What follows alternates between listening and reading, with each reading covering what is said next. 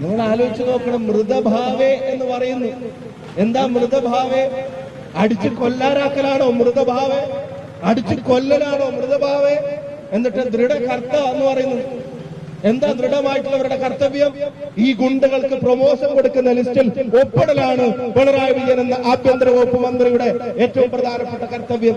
ഇപ്പൊ അടുത്ത ദിവസം നിങ്ങൾ കണ്ടതല്ലേ, കൊടിസുനി, കേരളം കണ്ട ഏറ്റവും ക്രിമിനലുകളിൽ ഒരാൾ, ക്രൂരമായ കൊലപാതകത്തിൽ ഈ വടകരയിലെ ജനങ്ങൾക്ക് മറ്റാരെക്കാളും അറിയാം. മനുഷ്യന് നിരക്കാത്ത ക്രൂര കൊലപാതകത്തിന് നേതൃത്വം കൊടുത്ത ഒരു കൊടും ക്രിമിനൽ.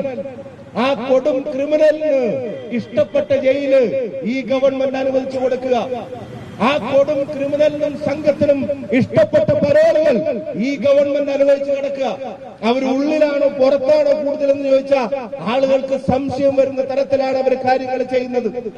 ആ കൊടിസുനിക്ക് പരോള് കൊടുക്കുന്നതും പോരാ, ഇനി കോടതിയിൽ ഹാജരാക്കാൻ കൊണ്ടുപോകുമ്പോ പിണറായി വിജയന്റെ പോലീസ് വണ്ടി നിർത്തിക്കൊടുക്കുക.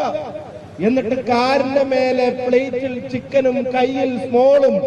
ഈ കൊടും കൊലപാതക കൃത്യത്തിന് നേതൃത്വം നൽകിയ ക്രിമിനലുകൾ കോടതിയിലേക്ക് കൊണ്ടുപോകുമ്പോൾ രണ്ടെണ്ണം വീശാൻ, ടച്ചിങ്സും അവിടെ കൂടെ സാധനങ്ങളും വെച്ച് കഴിക്കാനും കേരളത്തിലെ പോലീസ് കൂട്ടുനിൽക്കുമ്പോ കേരളത്തിന്റെ ആഭ്യന്തര വകുപ്പിനെ നയിക്കുന്നത് കൊടിസുനിമാരാണ് എന്നുള്ളത് ഈ ഗവൺമെന്റിന്റെ ചെയ്തികൾ കൊണ്ട് മനസ്സിലാവുക. കുറ്റം ചെയ്തവരെ ശിക്ഷിക്കാൻ ജയിലിലിടുമ്പോ ജയിലിനകത്ത് നിന്ന് അവൻ വേറെ കുറ്റം ചെയ്യുന്നു. കൊട്ടേഷൻ എടുക്കുക, ജയിലിനകത്തുനിന്ന് ഫോൺ വിളിച്ചിട്ട് പുറത്ത് ആളുകളെ ഭീഷണിപ്പെടുത്തുക, ആളുകളെ ഭീഷണിപ്പെടുത്തിയിട്ട് അവൻ കൊട്ടേഷൻ എടുക്കുക, സ്വർണ്ണക്കച്ചവടം നടത്തുക, സ്വർണ്ണ തട്ടിപ്പ് നടത്തുക. നിങ്ങൾ ആലോചിച്ച് നോക്കണം. ഇതിനൊക്കെ കേരളത്തിൽ അനുമതി കൊടുത്തിട്ട് മിണ്ടാതിരിക്കുന്ന കേരളത്തിന്റെ മുഖ്യമന്ത്രി, ഇതിനൊക്കെ അനുമതി കൊടുത്തിട്ട് അനങ്ങാതിരിക്കുന്ന കേരളത്തിന്റെ മുഖ്യമന്ത്രി, കേരളത്തിന്റെ മുഖ്യമന്ത്രി ആഭ്യന്തര വകുപ്പ് മന്ത്രിയുടെ സ്ഥാനത്തിരുന്നിട്ട് കേരളത്തിന്റെ പോലീസിങ്ങിനെ തനി ഗുണ്ടായുസമാക്കി മാറ്റിയതിന്റെ ക്രെഡിറ്റ് മാത്രമേ താങ്കളുടെ പേരിൽ ചരിത്രം രേഖപ്പെടുത്തുകയുള്ളൂ എന്ന് പിണറായി വിജയനോട് പറയാൻ കേരളത്തിലെ ജനാധിപത്യ വിശ്വാസികൾ ആഗ്രഹിക്കുന്നു. ഇന്നത്തെയൊക്കെ പത്രങ്ങൾ നിങ്ങൾ എടുത്തു നോക്കൂ. ഇപ്പൊ ഇവിടെ പന്നിയങ്കര പോലീസ് സ്റ്റേഷൻ ഉണ്ടായതിന്റെ വാർത്തകൾ ഇന്നത്തെ പത്രത്തിൽ നമ്മൾ കണ്ടത്.